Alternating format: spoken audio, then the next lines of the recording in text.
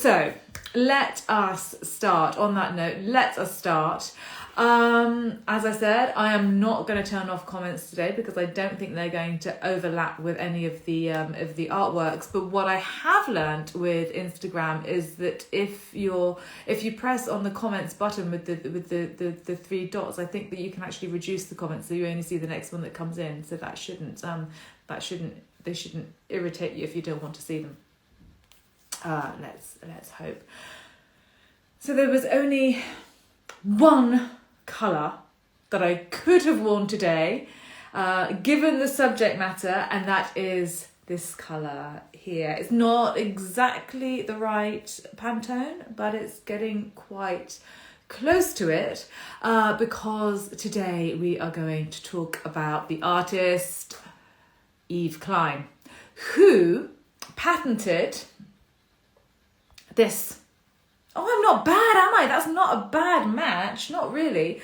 So Yves Klein patented this colour that he called Yves Klein Blue. He was nothing if not immodest. And basically Yves Klein Blue is it's taking the ultramarine pigment, which is a pigment that comes from a very, very difficult stone to mine and to extract the colour from. So it comes from lapis lazuli, which in turn is mostly found in Afghanistan. The lapis lazuli was or the ultramarine. So you get the lapis lazuli, you get the stone. It's not blue period, Vaki. You get see. This is going to be the thing, isn't it? I normally don't have comments, so normally I'm not distracted. I'm just happily talking to myself into my phone. And today I'm going to be like, "Ooh, comments." So let's see how this goes. Ooh.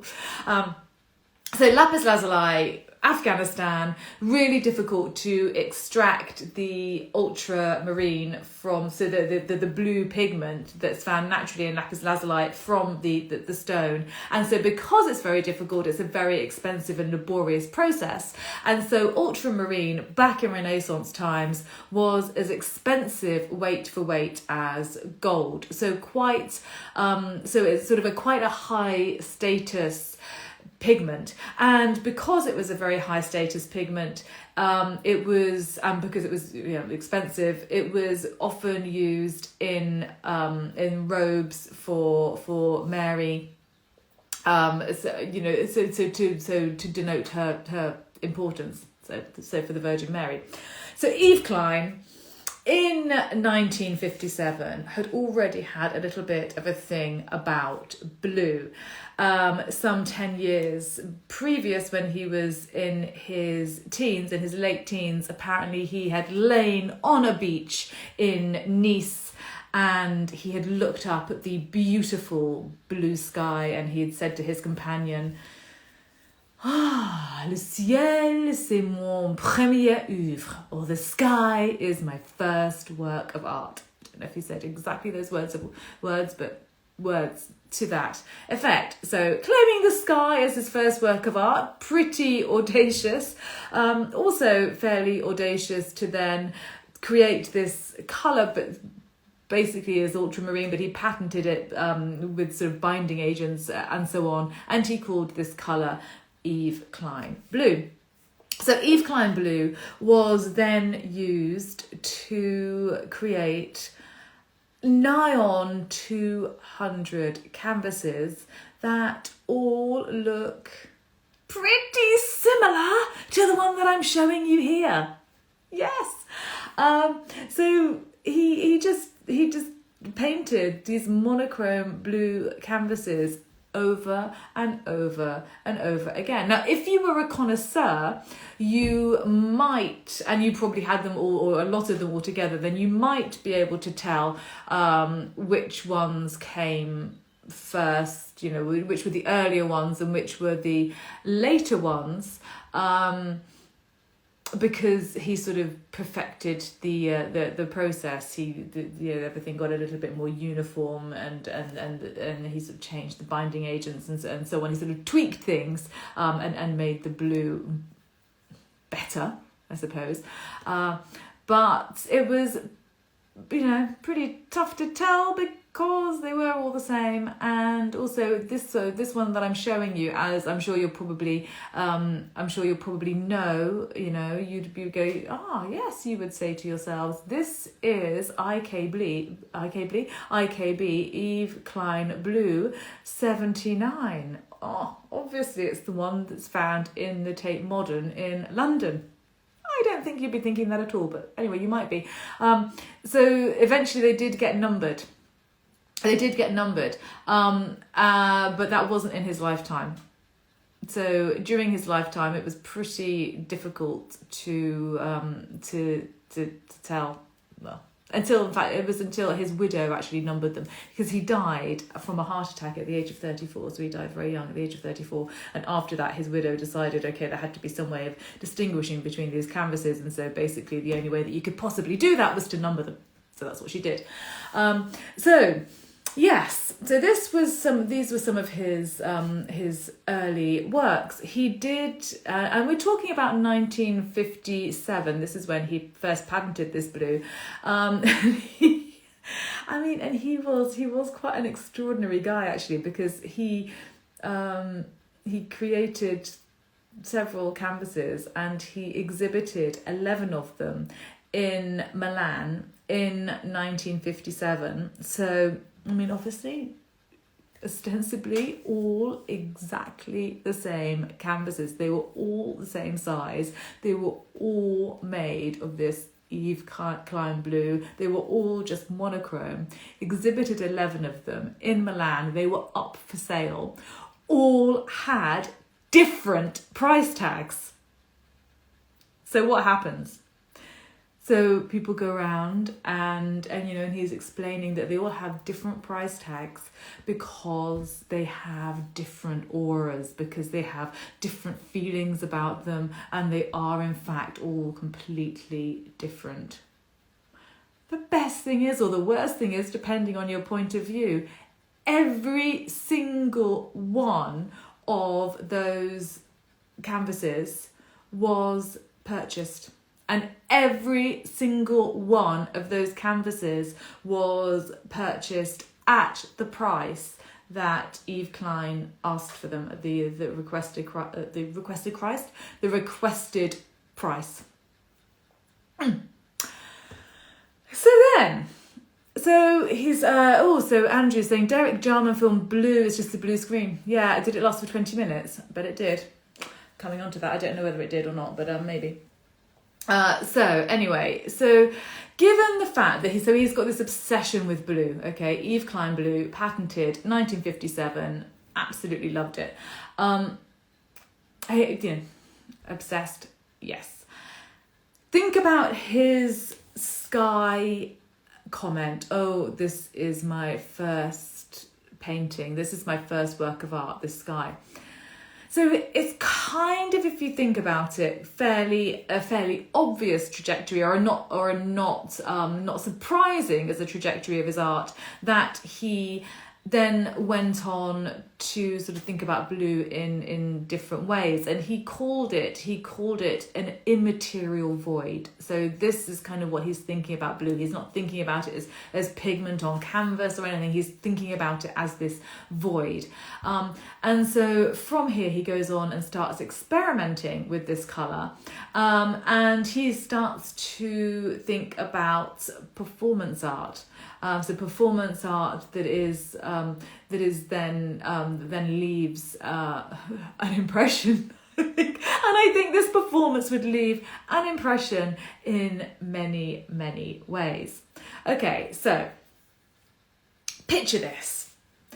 It is 1960.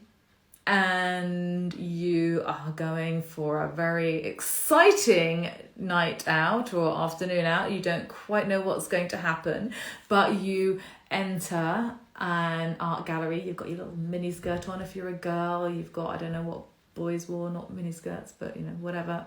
You're dressed. You're dressed up for something to happen, and you enter this studio.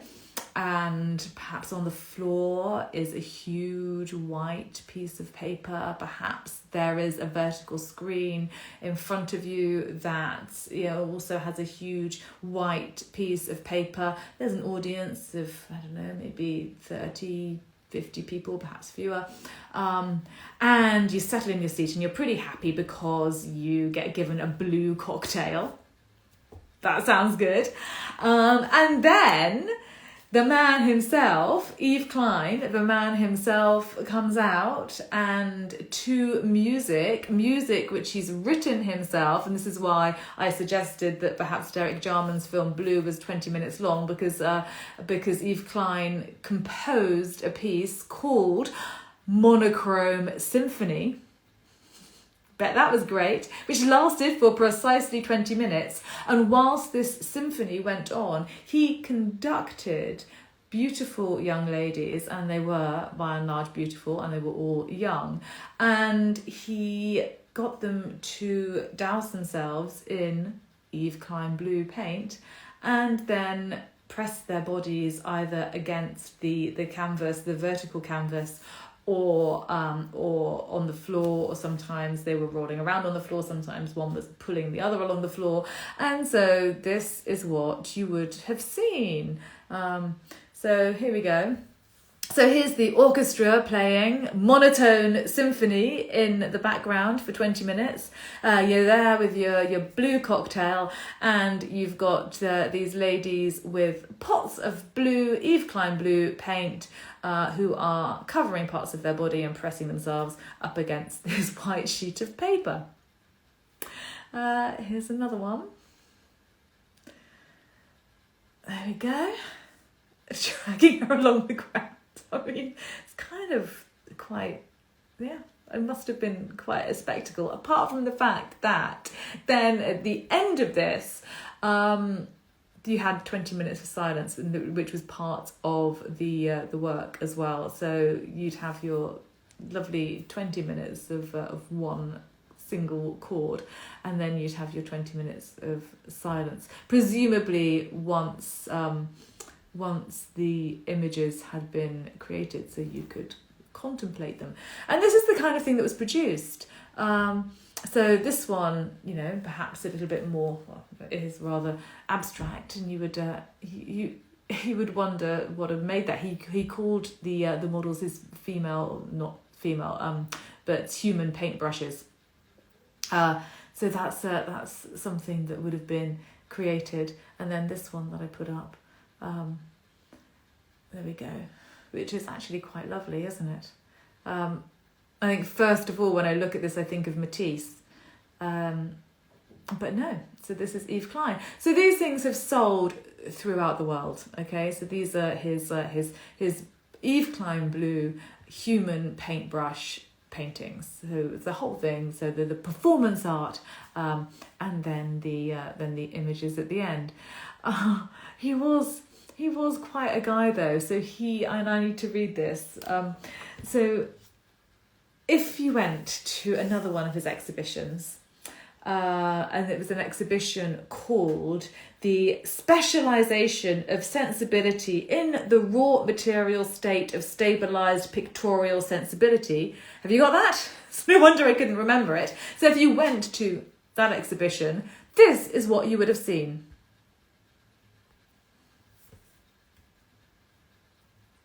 No image. Absolutely nothing. He basically held an exhibition of just an empty space. Nothing at all. And then he sold zones of immaterial pictorial sensibility. Okay, so he actually sold something that he called a zone of immaterial pictorial sensibility, which was, once again, absolutely nothing.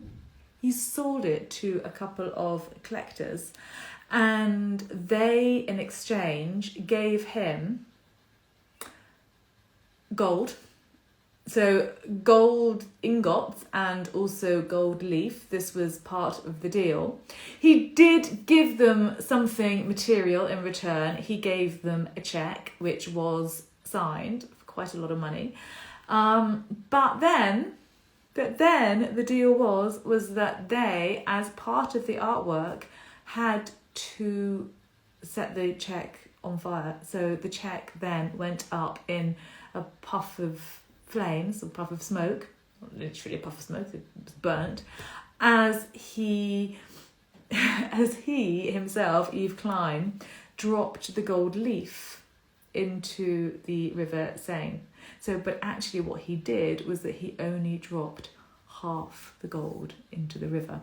So here's an image of him dropping gold leaf into the River Seine. So yeah, so those two collectors got the distinction of being, I don't know, were they duped? I don't think they were, because I think they knew what the art was. They just wanted to be part of it, I think. But an artist that actually has managed to sell thin air and make people, or entice people to give him gold, and then he throws half of it in the river. That's one hell of an artist in many respects, isn't it? That's one hell of an artist. There is a bit of a postscript, because in 1979, as I said, Yves Klein died really, really young, when he was only 34, so it would have been in the 60s. So in 1979, his gold ingots and some gold leaf were found in an ex voto in a dedicated to St. Rita, and they knew it was him. I don't know whether the ex voto was in his home, or whether they knew that this was where he was. Well, they didn't know this is where he was putting his stuff, but it was related to him. So he'd obviously been hiding gold in this ex voto. But St. Rita is the patron saint of improbable causes, or what's the word? Hang on, let me just quickly look. Yes, impossible causes. So maybe, I don't know, maybe he kind of knew that he was selling something that wasn't possible, or maybe he was just stashing things away for the future that he never actually had. I don't know. But anyway, there we go.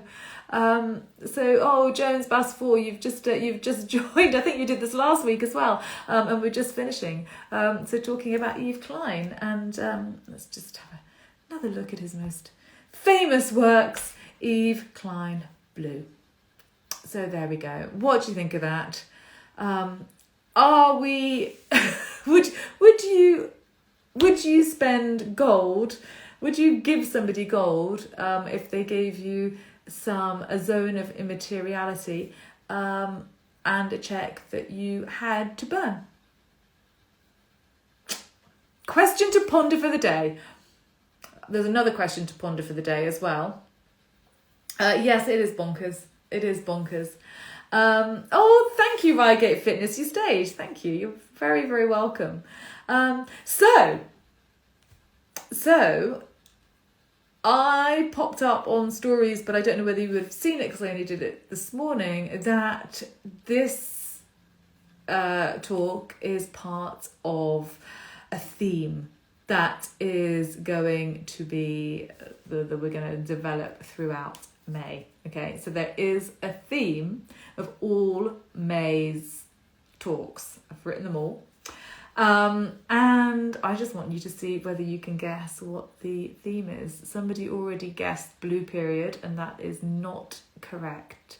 So after this, I will put up on stories, and you can see if you can have any guesses of the themes. I would think it might be hard to guess correctly. It would be a real guess, because it would be hard to get a correct answer with just this one, because you've got nothing else to really hook it on. I need to think about this whole unseen art. Gives me ideas. Rip-off artist. Yeah, I mean, okay, so then I'm thinking unseen art, and things that are immaterial that you can't buy but that you're paying for. All this, the non-fungible token thing, where there's, I'm sort of going off on a tangent now a little bit, but actually no, it's not a tangent, but where digital artists have created art online, and there was, what was his name? Beeple. I think his name is Beeple, who created a work. It was quite a laborious work for him, and I actually loved it. And it sold for millions and millions and millions, but the person that has bought it doesn't really have any more access to it than anybody else. Anybody can access it online. I guess they just have the rights if they want to use it, I don't know, on a website or something. But then I don't think there'll be anything to stop me. For example, should I put it on my website and see whether I get told off? I think it's already on my website, I don't know. I might put it up there and just see. But so, so there's nothing to stop anybody else using it. You know what I'm going to do? I'm going to do something and I'm going to put it on YouTube, because YouTube really checks. My website might be a bit more under the radar, but YouTube checks for copyright. So I'm going to do something with that and put it on YouTube and just see whether it gets taken down. Because if it doesn't, so someone has paid millions, and I think the idea is that actually they are hoping that they can sell it for more in the future. So at some point, it's like the whole tulip mania, if you remember, in the 17th century in the Netherlands. At some point, someone's going to be left holding or not holding a work of art that they can't really do anything with, that no one wants to buy anymore, I think, or the cost will just plummet, or it's a dangerous game. You've got to have quite a lot of money to do that, like 36 spare million, whatever it was. Anyway, so on that note, I will put up a little thing on my stories so you can have a little guess of what the theme might be. As I said, I think it would be quite tough to get it just from this week, but obviously as the weeks go by, then you might start, hopefully it'll be more obvious at the end. If it's not, then something wrong. I will put this up on a blog, and I will of course save this video as well. So thank you very much for joining me today, everybody. Have a great Thursday, have a great weekend, and look out for the blog, and look out for little posts, and look out for a YouTube video. I'll let you know on stories when I post a YouTube video about non-fungible tokens. But have a good day. Thanks for joining. Bye.